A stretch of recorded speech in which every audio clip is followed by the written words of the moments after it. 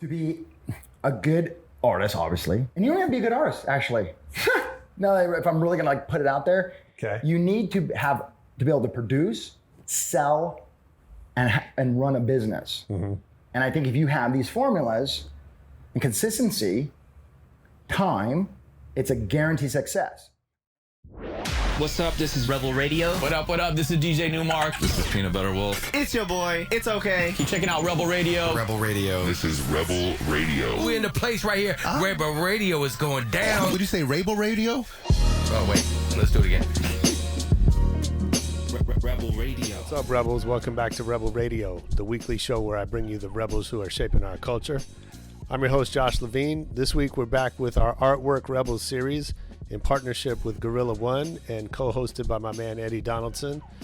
If you're buying art for yourself, your home, your office, your business, your brand, whatever, your hotel, hit up Eddie, find Guerilla One online, or hit me up and I'll connect you. Eddie is your connection to all things street art and art, period. We dig in today with Guerin Swing, super talented artist. He's got this crazy Ganesh, Eastern influenced meets street art, really cool style going. And Guerin is the interior designer for so many of LA's great nightlife establishments. We have a really fun conversation. We shot it on site at, now I'm going to forget the name of the shop downtown. Forgive me. I'll post it in the show notes. But lots of amazing stories, you know, really digging into the connection between street art and interior design and high and low culture. And Guerin he's spent a lot of time in the celebrity culture around LA and kind of talks about the ins and outs of that and what it's meant for him in his career and what it's meant for our culture overall. Really fun. I'm excited to share it with you. Let's get into it now with Guerin Swing.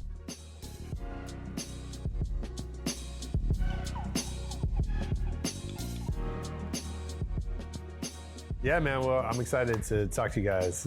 Thank you for having us. Yeah, for sure. For sure. I love the stuff you're doing. I want to talk about how we got here and where we're going and all that stuff. How do you guys know each other?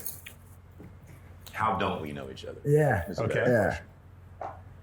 Me and Guerin met probably 1988, 89, 90, something like that. Yeah, for sure. Probably like 87 even. Yeah, 87. Yeah, because Eddie was around and we were around and I don't know the actual, you know, because I don't think there was an actual intro that, Sure. you know what I mean? It was like, hey, this is Eddie, you know, Yep. but because all of a sudden we're just in the same group. Just We're in the same, everywhere. you know, and Eddie's there. And you know, and growing up in Los Angeles, you know, it's, besides it being cliquey, it's a melting pot. Mm-hmm. You know, and especially someone like myself, I have no shame in my game. I mean, there's one day where I probably was breakdancing, and then the next day I'm like modeling, right. And then the next day I'm like skating. Yeah. So you know, it's a very diverse culture, and you know, and I think Eddie's very mixed up in that. Yeah, for sure. You know, 100%. You know, so you know, and you know, a lot of people razz, you know, Eddie about that, you know, in a fun sense, you know, you know. But I think that's for a lot of us, that's like a whole way of being, right? And like well, you said, I think it's LA culture. LA is kind of built for that. Yeah, I think it's LA culture. If you're from LA and you know, and you're in the LA scene and you weren't in a hip hop and I mean, even just take it back a step. Like if you weren't even in a new wave or some stuff when you're in high school even, you were lying. You know what I mean? Like you know, girls were in the Journey Sure. and whatnot, and as kids, I mean, if we go back to one of those, Journey. What's wrong with Journey? well, guys would like shit on it, like Bee Gees. I wear a Journey shirt, fool. No, see, then no, there's no shame in it. I wanted to fit in. I wanted to fit in so bad because see, we're the way I was brought up is. You know, I was born in Beverly Hills, okay. and my parents are designers and third generation designers. A little bit about myself, and at the time, I guess you'd say is from junior high and elementary, you know, preppy was in. Yeah. You know, Lacoste. Sure. You know, exactly. That was so in. You know, and it was in you know, in a way that so when your parents like you know, these are like quality problems, like poor me. You know, we'd take me to this place in Westwood. It was called Eddie's. Okay. And it was like they had like this big sale. Okay. And I remember my dad going there, and he would buy me a pink Lacoste, and then like some plaid, pink and blue. You know, some of the colors I have now. Sure. You know, shorts maybe match.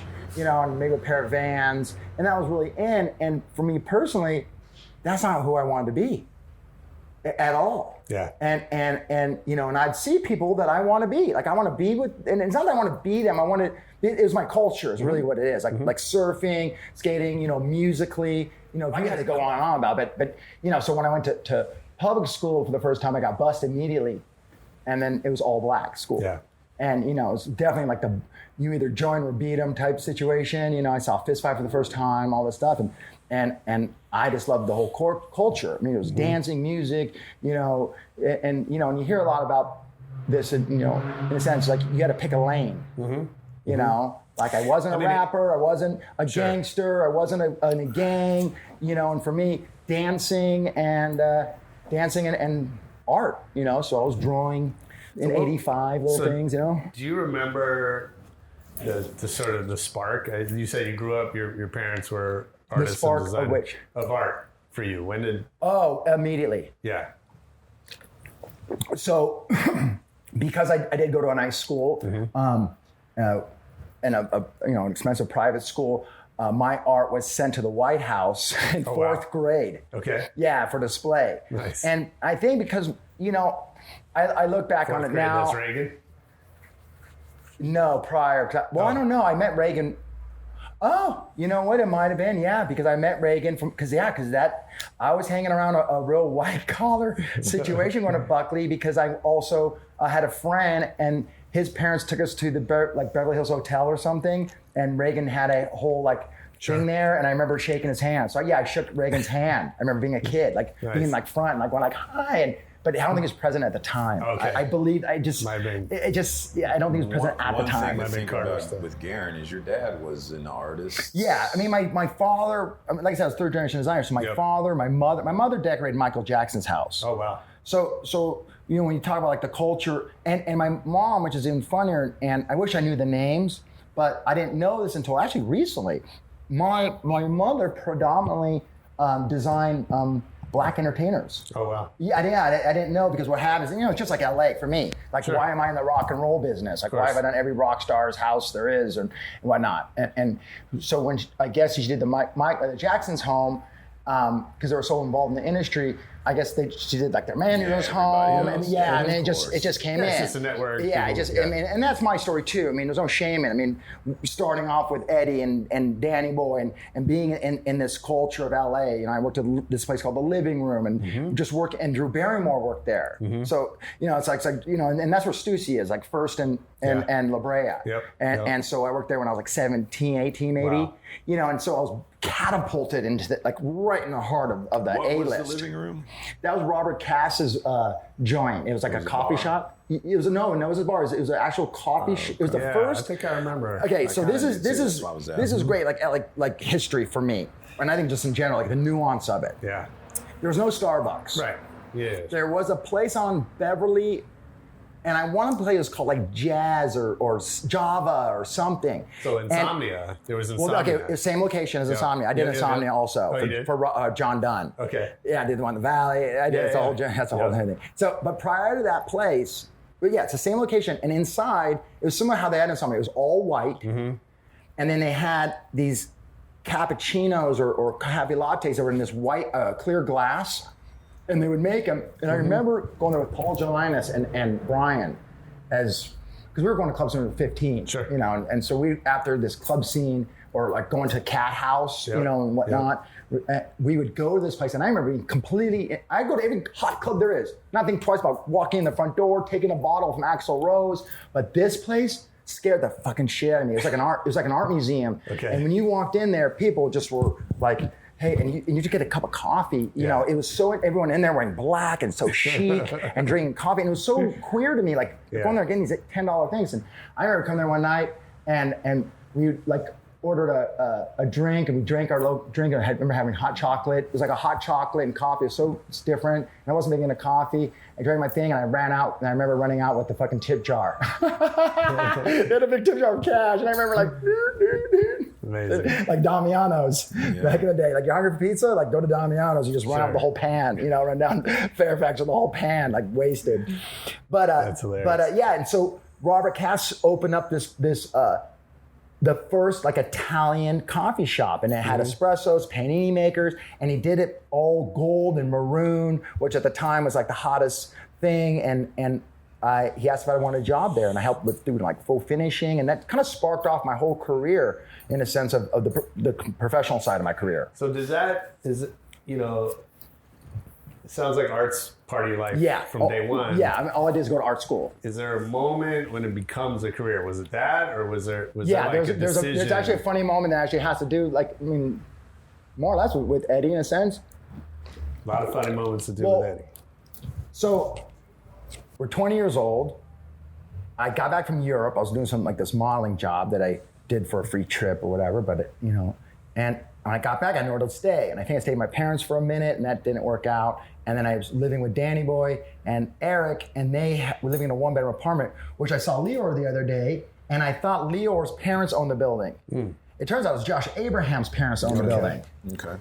So at the time, I thought House of Pain was a gang because we all hung out together, and we talked about rapping or whatever, music, but that's just our lifestyle. It wasn't like, I didn't really think of it as like musically, like I never thought ever once there would be, it's just a side thing.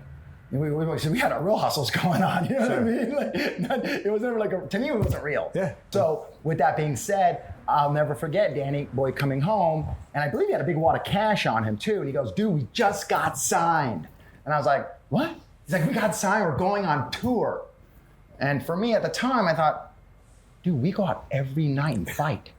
We fight every night. Yeah. Like, we go out and we're drinking and bumping, and someone's yelling, what? It's House of Pain, like, boom, and someone's getting punched, and we're yelling House of Pain like it's a gang, and it's our crew, it's our fucking, this is like our boys. Like, it wasn't even, I never thought it was a rap band or a thing. It was just our crew, like El Diablo, like just who we were, and I didn't know rules of motorcycle clubs. I didn't know anything. We're 20, we're hanging out with Vagos and Hells Angels and doing shit that I probably am surprised I didn't get my ass like beat.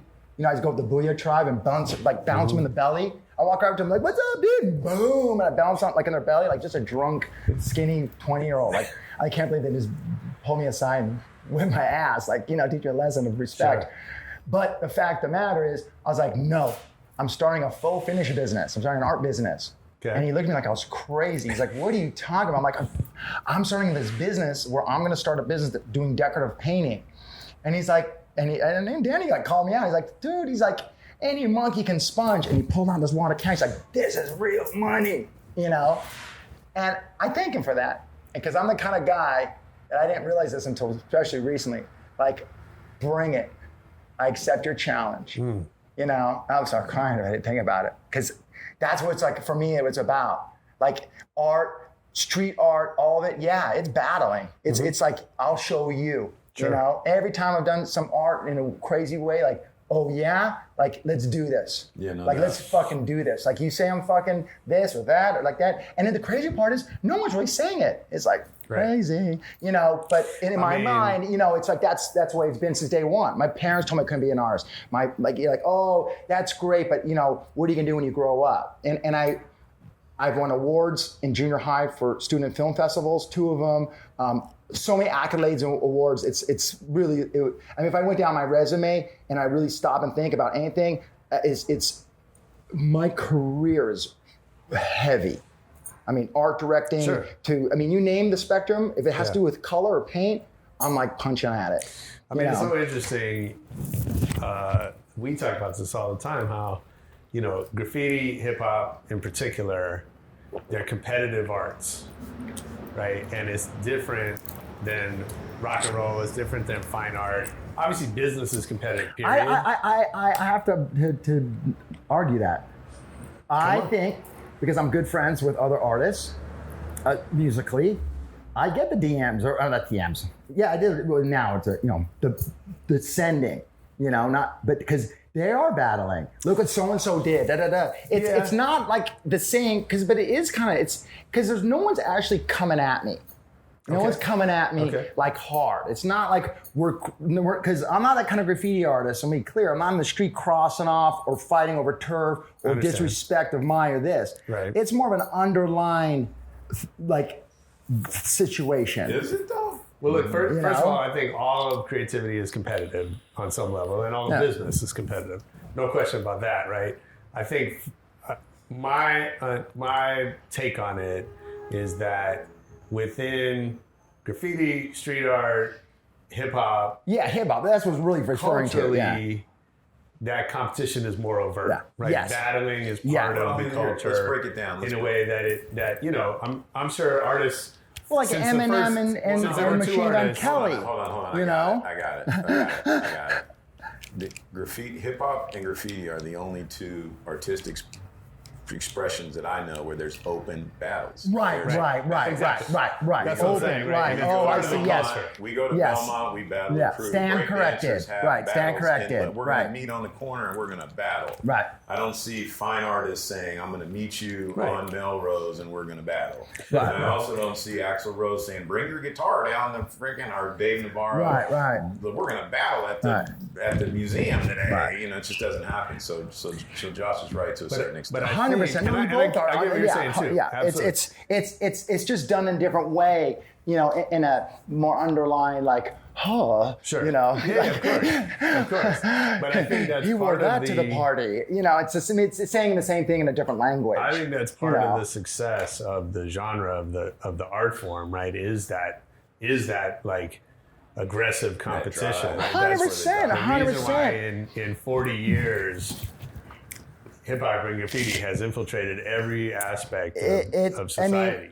Frankly. Just Black history is it's really nice that it's being brought up to the general public and everyone's woke and all. But the reality of culture, from dance to clothing to music, art, it is so much of our culture that it's so ingrained we don't even realize it. And because of, and this isn't any way my objective at all, but yeah, of course, of corporations that buy it and sell it back to America, but that's just business. I mean, if the moral majority they're saying to is, rich white kids, well, that's the fucking market. You know what I'm saying? So it's but to give respect to all of everything that I am into, 100%. Of course. I'm not into country music and something where I can look back and go, well, the history of country music and what I'm about and the white folk or nothing like that. For me personally, I couldn't even hop on.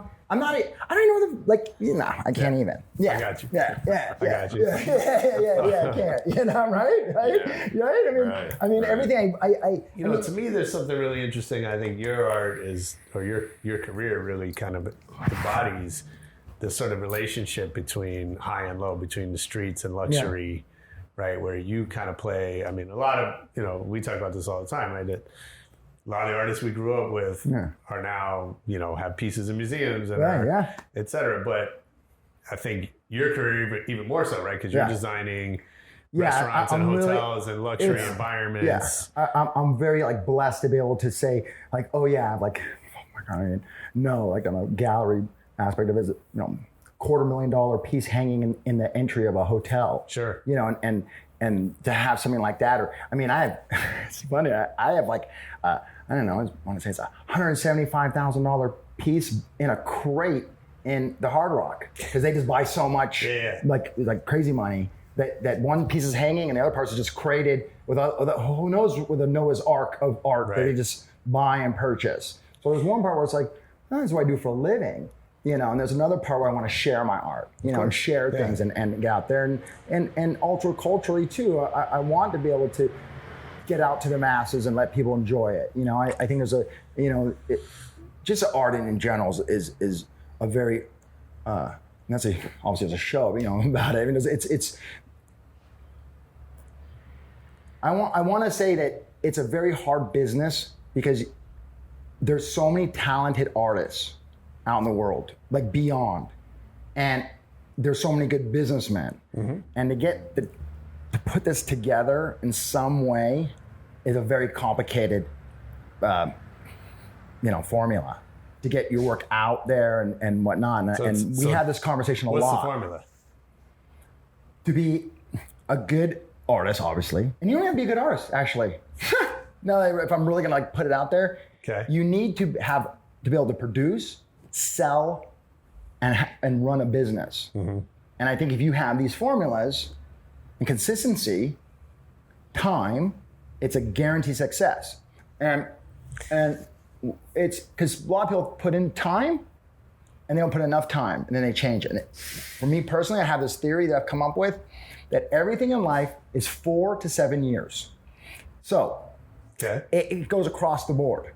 If you put your time into something for 4 years, that's great. But 7 years, you become what's called a journeyman. It means you've like kind of got your trade down. You're not a master, but you understand your trade. I don't care if it's sewing, surfing, whatever. It's consistently doing something. Like an athlete, If you look at it with schools, the same thing. You want to be a doctor, 7 years. You want to go to college, 4 years. But every time you stop something, you have to start back to beginning again. Right. I don't care what it is. You could be a bartender for 10 years and you start and you want to be a cook. Guess what? Day one on cook. So how does that play out in your career? career? With me, I've consistently been doing the same thing for 30 years.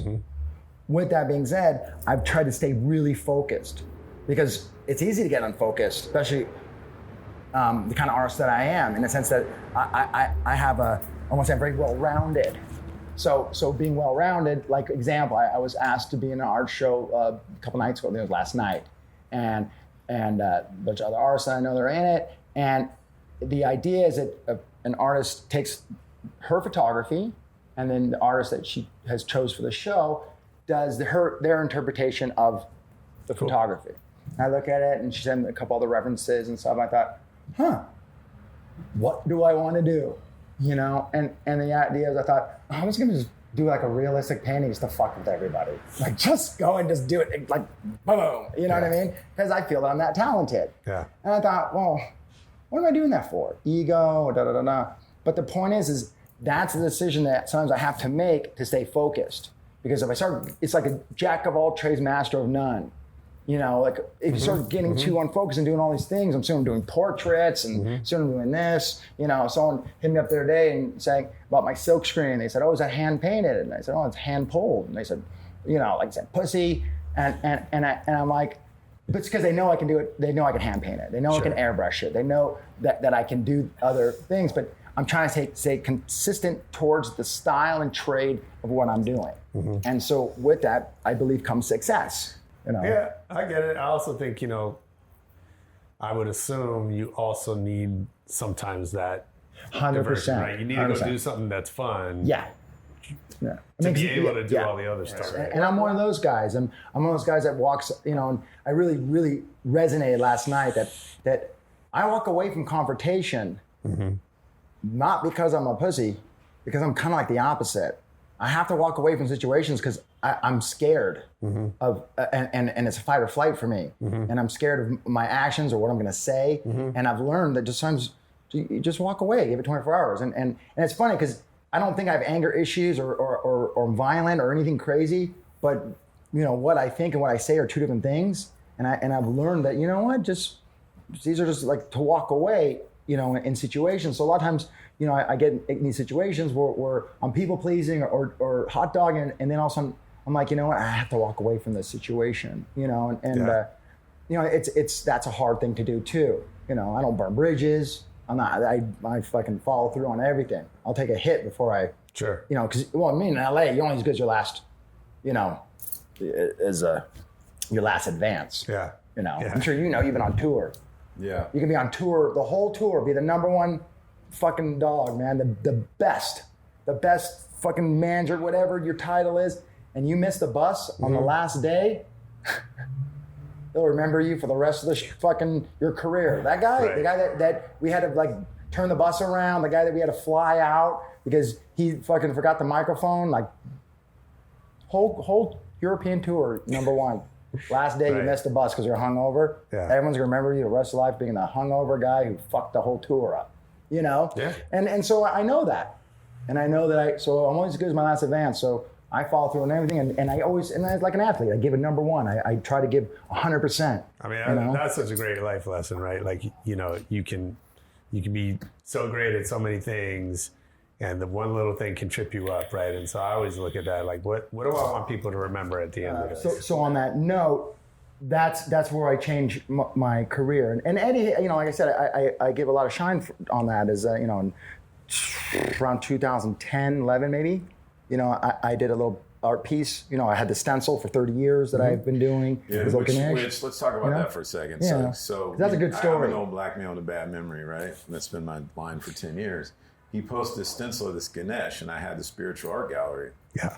And I'm like, yo, you should be a street artist. Come do a stencil. Where'd you make that up? And he's like, dude, this was from the Opium Den. I'm like, in my head, I'm like, you did what? You designed the Opium Den? Which I had no recollection of at all when I was probably stopped by while he was doing it.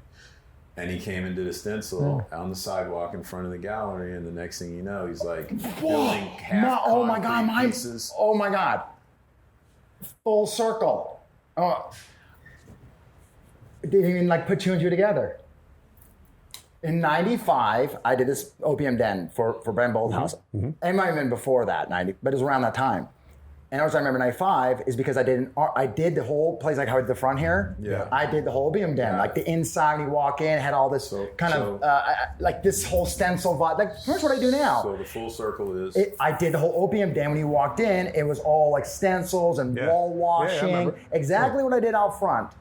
A little different colors, reds and greens and stuff. Same exact thing. And I did an art show inside with all my art. Same style that I do now, but just not as not the palette wasn't pastels. You know, and so it's just ironic that I just thought that. So yes, I did this art show then there, and all these pieces there. And the next thing you know, Guerin's building faux concrete pieces with the Ganesh. Slash is in the gallery taking photos. Well, here, wait. This is. I'm going to talk about this and this at the same time. You have two things going on. You said how your life can change in a second for your last advance. So that's a big social media thing right now. And that's a big nuance, too, of 95 with, like, when I worked for Tommy and Pam and all this stuff that back then there was no social media. Right. So you were only as good as when Eddie would say, this is Guerin, an artist. So my whole life, I was introduced as this is Guerin, the artist. This is he's art. He's an artist. That's how you rolled back then. It wasn't that you introduced and someone maybe say what your titles or what you're good at. This guy, he does da. So here we are, cut back to Eddie in 2010. He says, dude, what is this? What'd you just post up? I'm like, oh, it's da. Well, he goes, come down tomorrow night. We're doing Fame Fest. They had all these food trucks. That was very innovative. 10 years ago, the food truck thing was not popping. I mean, it was, but wasn't. Started. I mean, it just started. Not like now. Well, look this way. If you look at LA and Los Angeles being the pinnacle of like the new, as far as I'm concerned, you know, LA, we don't realize it. We're like, oh, food trucks. No, if it started here in Melrose 10 years ago, that was the scene starting, as far as I'm concerned. So what I'm saying is, like, at this time, this was the newest thing of this food truck craze. There was 3 or 4 of them in the front. And he's like, come down. I'm like, what? He's like, dude, bring what you got. I just took a bucket, put my stencil in, threw a couple cans in there, a couple rattle cans, showed up, and I'm like, I'm here. He's like, where do you want me to hit? He goes, right here on the sidewalk. And I just did right there on Melrose on the sidewalk, started doing my thing. And this is in about 2012 at the time when I actually, and Instagram just came out. And I remember having the first hashtags. They'd be like Melrose, Ganesh, like, you know, there was, because you'd say like, you'd just put in there, it'd be like one picture. And it was so fresh, you know, at the time. But I will say it went viral. It went viral. I could see people tagging me almost more than today in a weird, funny way. That's because it was exciting. It went so viral. And I remember like seeing people tagging my art. Then we did a whole campaign. But at that time, there was people around me and I mean, it was dope. I'm not gonna fucking lie. There was flashes of cameras, and because people had cameras. And but what was cool about it was that we brought spirituality and street art together. Let's address that. Not about me, but that's what was happening. Oh no, it's all about me so for no sure. one was doing a Ganesh stencil. Right. Yeah. There was no spiritual anything. Well, it was more than that for that. They were on Eddie, and he brought. I mean, there was guys that are in, like you mentioned, street artists are in galleries today that I don't know if they would be in the same gallery today. Right. So, thinking about that time and, you're talking about House of Pain and Pam and Tommy and, it was a really small community here in LA that was setting the pace for the whole world. And I think to some extent that's still true, but now we have social media. Now stars can come from anywhere. 100%. It's a lot more democratized than it was, let's say in the 80s, 90s, when we kind of, and we talk about this all the time, when you used to walk out the street and you see people who are making shit happen on a global scale, right? And now it's much more dispersed. Yeah, 100%. What do you take from that era, from having lived through and come up in that era? What do you bring with you into today? Well, unfortunately, I don't know, it was an age thing, but I feel like I missed a mark. But I actually hold on to it dearly, and I'll explain.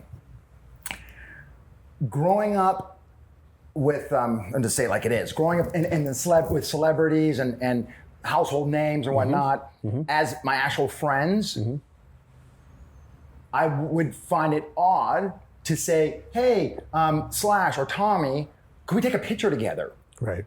I've never asked my friends to, I've never, Eddie and I are having lunch, hey, let's take a picture together. For what? When I was on tour, that's where I got it. When I went on tour with House of Pain, I was so infatuated with that vibe that we bought a fucking digital, we bought a digital in every market, would take photos at every show and then drop them off at the next one. And then Stevan was on the road with us taking pictures too. Right. And I was blessed to really be able to capture all that. I didn't keep the photos, but that's kind of where I got that whole I'm down. Oh, I got photos now. We'll see the nuance of it. And so I just finished the HBO documentary. Oh, yeah? On the nuance of kind of what we're talking about is that, so with the Tommy and Pam sex scandal. Yep. So I was accused of stealing the tape. Okay. Didn't you? No, I wish. Well, I don't wish, but I mean, and it's like, being accused of beating someone, and you're like, after it all goes down, you're like, fucking, I wish I did now. Sure. You know what I mean? Tommy and Pam were the Kardashians of today. Yeah, for sure. And so if I'm their interior designer, their in-house artist, their clown gesture, best friend, I mean, literally, I was dressed in drag some nights. Pam would, doing drugs like a fucking salad bar of them. Doing all kinds of paintings. I did a 20-foot by 40-foot mural for them in their elevator shaft from hell to heaven. I did 3 paintings for them. I did a 5x4 painting of this thing that Pamela commissioned me for. I did the infamous leather swing for them above the piano, painted the piano. I can go on and on. Incredible. My dad ended up designing their house in the end. It was fantastic. Okay. Being 25 years old, working for this kind of celebrity status. Well, not taking pictures at the time, no social media, I got no shine. If this was today, I'd be a famous interior designer. I'd be a famous. My son's you'd be a famous TikToker. Yeah. But back to the art thing. So here we are. Fast forward. Eddie brings me into the street art scene and says established. Does an article. Lisa Volconi, Gregory Siff's manager, writes a very kind article. Says, established artist goes back to street art. Because typically street art starts here and goes here. Yeah. So before we get kicked out of here, you got to teach me. So you kind of live in the high and low at the same time, right? In the luxury space. No. In terms of designing, beautiful luxury environments, also street art. So what I'm doing is I'm trying to take street art and elevate it. Okay. And I'm taking couture and I'm trying to have fun with it in a camp way. My personal first, I started off with the Ganeshes and trying to elevate my street art. I was doing with, like you said, the concrete. I was using tar, gold leaf, concrete, trying to use earth elements, trying to change things around to not just typically just take spray paint and just hit piece. You know, a lot of street artists were literally taking, you know, not to smash on them, but look like trash from the street. Maybe it was a board they found in an alley. Yeah, you know, and you found Yeah. objects. That was called found objects. Yeah, found objects. That's so fucked. I said trash. I better up my vocabulary. Thank you. Seriously, like I'm gonna use that forever. It's all good. No, found objects. Found objects. Yeah. Upcycling. Yeah. And trust me, I'm the king of it. You know, trust me, I'm the guy pulling over, like pulling the sign off. Yeah. Nice. So, you know, and I look at it and go, well, I want to change. So I try to use like earth elements, metal, tar, concrete, because that's, you know, it's all earth elements, metals. And you know, and I think it worked out well. I sold a lot. I did, you know, I have a lot of high-end clientele and whatnot.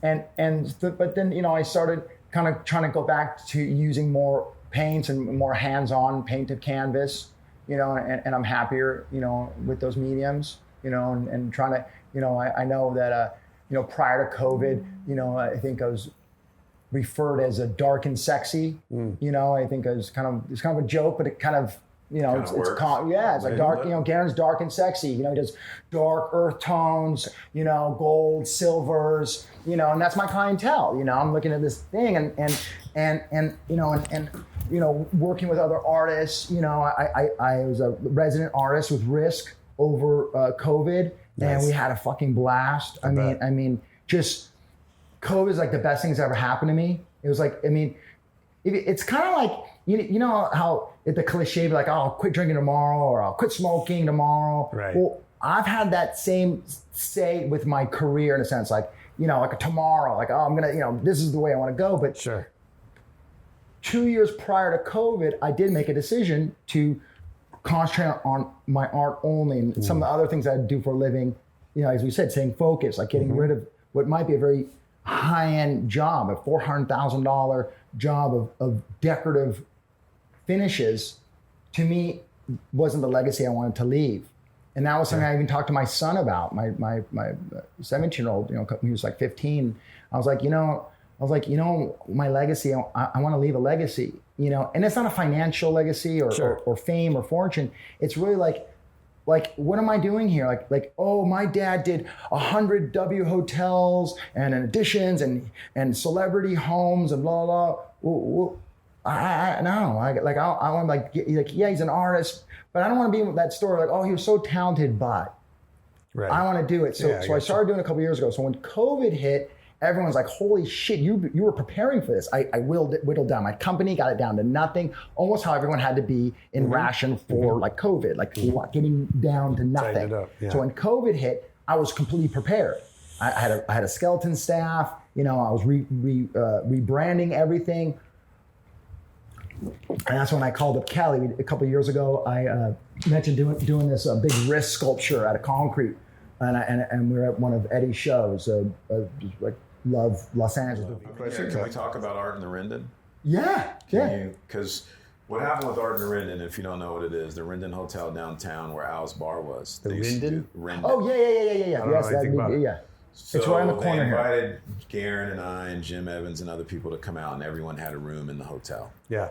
And Guerin had a room. Yeah. And I went upstairs. He goes, let me show you what I'm doing, bro.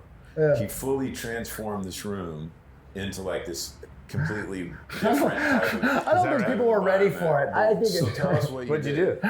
Okay, so I've been invited to do a group show of 100 LA artists. I don't know if there's maybe artists from out of town, but everyone you know.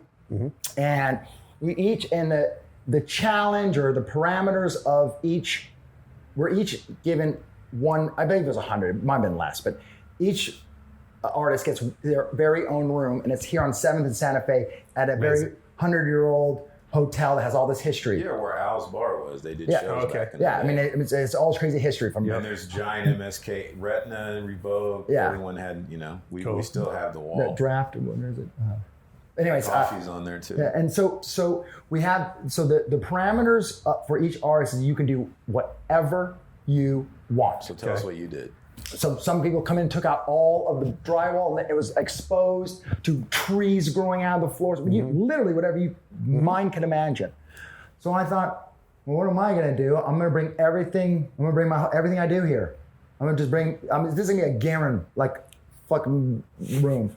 So I'm really into what's called brutalism, which is concrete, architecture, furniture. I work a lot with big, massive concrete sculptures and whatnot, and hence that risky piece or whatever.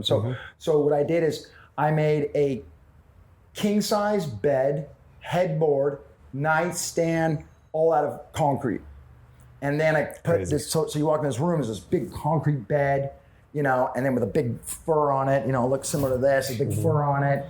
I made everything myself. The mirror, a chandelier that hung down all with like toilet chain, you know, little balls, toilet chain chandelier in the middle. I brought 2 original paintings that I did. We plastered, I think, all the walls like concrete. I brought a skull wall sconce that I did for Slash. Now, Big Sean bought the house now. So Big Sean just did a whole article on like what is thing on MTV Cribs. He's like, dude, check out these skulls. So I made these like skull wall sconces, and so I did 2 paintings: the walls, bed, nightstand, painted a sink or something silly, and then on the hero side of the back wall, I carved like this wall, and it's a sculpted piece where it just looks like a fucking Tyrannosaurus Rex or something just came around and just clawed at it. Just clawed the wall. I mean, and it looks like just this, like if you literally just took like a caterpillar, like, you know, like some type of hoe or something, and just carved out the concrete. You could see. It looked like it was concrete. And then I did it all. Then I silver leafed inside of all the recessed areas, and all the top where it wasn't carved out was gloss black. So anything that was like just ripped out, I silver leafed inside and then black. So it's just, and in a weird, like I said, like I might have gone too far for the actual genre of it, because it should have been like something that would have been at you know, in West Hollywood at the Edition, like because I do these. Sounds incredible. I do like the West Edge design, you know, house like centers. You know, I do these. You know, I'm very involved in interior design world, so I'll do these mirrors, and I have a tile line. And I do these installations where they're for ISID. You know, these things where people pay like, you know, $100 to go for the night down. You know, and so I did something that I think was just Guerin. I mean, it was all me. So, you know, but like I said, it was a little too much over the top. I think they're like, what the fuck is this? They didn't understand. So that sounds amazing. I guess what I wonder is, how do you know when you're done? Oh, I have a vision. I mean, Jim Evans gave me a really nice compliment, and he said, you know, the difference between you and everyone else is, he's like, you think about what you can do before you do it. So I see the actual finished product. I know what the finished product is. I know the quality of work that I need to provide. You know, I did this box, for instance. And there's one thing about art, and this is for people who are watching, this is a jewelry box, and this is like part of this line that I started, this LA collection. And I have a lot of clients who just, you know, love anything and everything with, you know, my art on, but at the same time too, they collect jewelry, they collect bags, they, you know, they're very nice, you know, and so there's a stopping point that you don't want to go too far. And a lot of artists do, you know, wall washing or art or mixed colors. And what happens if you don't have the discipline to stop, it becomes muddy and becomes dirty. And you don't get the vibrant colors. And it's very difficult to know when to stop. But at the same time, to have the discipline to know to go further until it's complete. So there's this high and low part of like knowing when to stop it, and then you need to go further to stop it. Do you think that comes from comping for clients? 100% professionalism. 100%. My father, I have to give respect to my father. We talk about that too, because we've spent our whole lives past, you know, making clients happy, right? Sure. And that's a hard thing to do, executing on behalf of a client. But if you can figure out that little spot, that sweet spot, right? You know, because our work isn't. And I think we all probably can relate to, you know, we've seen works of art or heard, you know, music or whatever that, you know, is your reaction is, this isn't finished. Right. Or this is overproduced. Yeah. Right. Right? I think we have those visceral reactions sometimes. Right. It's like it's too much or it's not enough. And knowing when to stop, I think, is such an 100%. Important skill. It's funny. For some odd reason, and I don't think it's an odd reason, because people say, like, you know, I get this question all the time, like, oh, are you a musician? You know, I went to that Pearl Jam thing last weekend, and I wanted nothing to do with it because I was on vacation to try to get away from that kind of stuff. Did you see Pearl Jam? No. I mean, it's literally like on the corner. I was at the Ritz, and name dropping, like Sean Penn's there because he's friends with Pearl Jam or whatever. And I want nothing to do with it because I'm on vacation. But the point being is, while I'm at the hotel, people are like, "Oh, are you gonna be on? Will I see you on stage later?" Really nice compliments. Of course, I dress the part. But the reality is, I always say, I'm like, I don't understand why they're asking me this. I got like my bottom grill in, and Rats too. Oh yeah, everything. And I got my fur jacket. I dress to impress. No shame in my game. But the reality is I always say like, oh no, I'm not in the music business. And the reality is that's a fucking lie. Sure. I designed and built Tommy Lee's music studio. I built Slash's private studio. I built Scott. Scott, I'll think in a second, studio, which was recorded all of Rob Zombie, Motley Crue. I did probably Ozzy Osbourne. You name the person. I name a song. He's like, oh, I wrote that song. Yeah. Scott Humphrey. Oh, okay. Yeah. And Henry Rollins bought his studio, and I built and designed the whole thing. So in a funny way, and other studios that I just whatever, I don't know the name of the guy from Rush. It's like not whatever. So, but so I think I was like, oh, I'm not really in the industry, but yeah, and I have sat in on. Sitting in the thing. So sure, in a funny way, environments, I have an ear. People's output too. But the point is like, I'm real involved in the industry, and I think we all are. So what's next for Guerin Swing? I think what's next for Guerin is I think I want to show my art. I think more just I want to get out of LA, not in a weird way, but I want to be able to start showing in New York. I went to New York recently, and I got a really good response. I mean, I had a better response in New York than I did in LA. Oh, yeah. Definitely participating in every love. Yeah. Tokyo style love, Oakland style love, Philly style. So we want to take that on the road. It's like, what do I want to do next? Is go on the road. I want to bring it out to the masses. Awesome. I have art, internationally. Mm-hmm. I just did some pieces for Tokyo. I've been there twice. I've done work there for like 4 times. Mm-hmm. Are we doing a lightning round? No? Yeah, let's get to the lightning round. Okay. Let me get a set ready. No, this is true lightning round though. Quick answers. Favorite city to travel to? Tahiti. It's not a city. No, but like New York is good for me. Paris. Love Paris. It's fucking. Who's your favorite DJ? I'll say Lethal. Why not? Yeah. I spent a long time with him. You know what I mean? Yeah. And it has nothing to do with House of Pain. So I know you say you're not a reader, but what's the last great book you've read or listened to? It was an amazing book by Nikki Sixx. Oh yeah. I'm probably gonna say it wrong, but it's called This May Hurt. Yeah, I think I saw. He gave it to me because I work for Nikki also, and he's sober for a long time sobriety, and we had a lot of great talks. He turned me on to a book called The Artisan Way, and then. He's like someone that doesn't know this, but he's like a mentor to me. Because that's why I said, I see these motherfuckers and I'm like, because we talk and he's like, this guy. So shout out to some Nikki Sixx. I'm not even like a huge fan. I'm not a Motley Crue fan. That's the crazy part. Yeah. I'd rather listen to some Smiths. You know what I mean? So we're talking and this guy goes to the gym in the morning. He's got kids, a dog. He's got a podcast, or not a podcast, it's actual show on XM radio. Mm-hmm. Yeah, a TV show. He's in another band called like 98 Degrees or whatever his other band is. So he's in another band. He's in Motley Crue. He's writing a book. He's an amazing photographer. He has a whole book on photography. Nice. So here's a guy just doing all this. Yeah. In a day. I get it. And that's what I try to do. I know I could do a million things, and that's the way I roll. Like, it's like, oh, what do you do? Like, I went to drop off my laundry. I'm like, oh, I did that at 6 a.m, and then you know what I mean? So those are people that inspire me. So when I say mentors, more on the idea of saying like this. And so one day I told him about the reading. He said, this is a short read. So they're like paragraphs and pictures. He's like, hear this. And the best part was, it was about like addiction and winning and being an amazing person. So for me, it was a short read, pictures to boot. I cried. What movie do you think you've seen the most in your life? It's called Blade Runner. Number one movie, hands down. Great. I mean, it's everything. Fantastic. My whole world. Last one. If I worked for you, what's something I would hear you say over and over? Fuck. Okay. Fuck. Pretty much. Fuck. Pretty much. Fuck.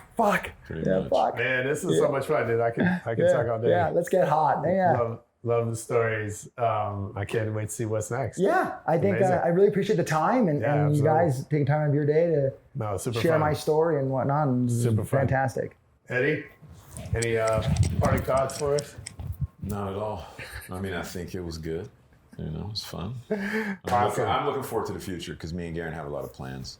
Yeah. The one thing I will say about Guerin is he's really thoughtful and strategic about how he moves. Yeah. And that's refreshing, you know, considering I spend a lot of time with people that are just walking around bumping into walls and at work sometimes. And I mean, I think it shows. That's how you've been able to build a successful company. You know, lasts. I by reframing and let's say just letting things ride the way they do. And yeah, it's a chess game and I'm calculating, but I noticed by me reframing, everything's worked out beyond my wildest dreams. Because so I think a lot of things just let it happen. Yeah. You know, and not like pay Sure. too much mind to the side vibrations of what's happening in life. I think a lot that's because half the battle, yeah, right? especially when you start because see, misery loves company. So anybody that's Sure. fucking doing anything that's slightly not like it ruffles their feathers, Yeah. they're like not happy with that because it makes them feel uncomfortable. So when you're successful on any level, it makes you like, whoa, what are you doing today? You're like, what do you mean you're going to work? Like, can you just hang out in bed all day? Like, you know, it starts sure. like at that very small part. So misery loves company. So you have to kind of like not, you have to kind of, you know, choose from it. Dope.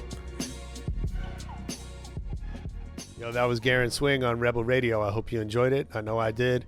Shout out to Eddie and Guerilla One. Like I said, hit up Eddie for any art needs you might have. And most importantly, come back next week for more Rebel Radio. Peace.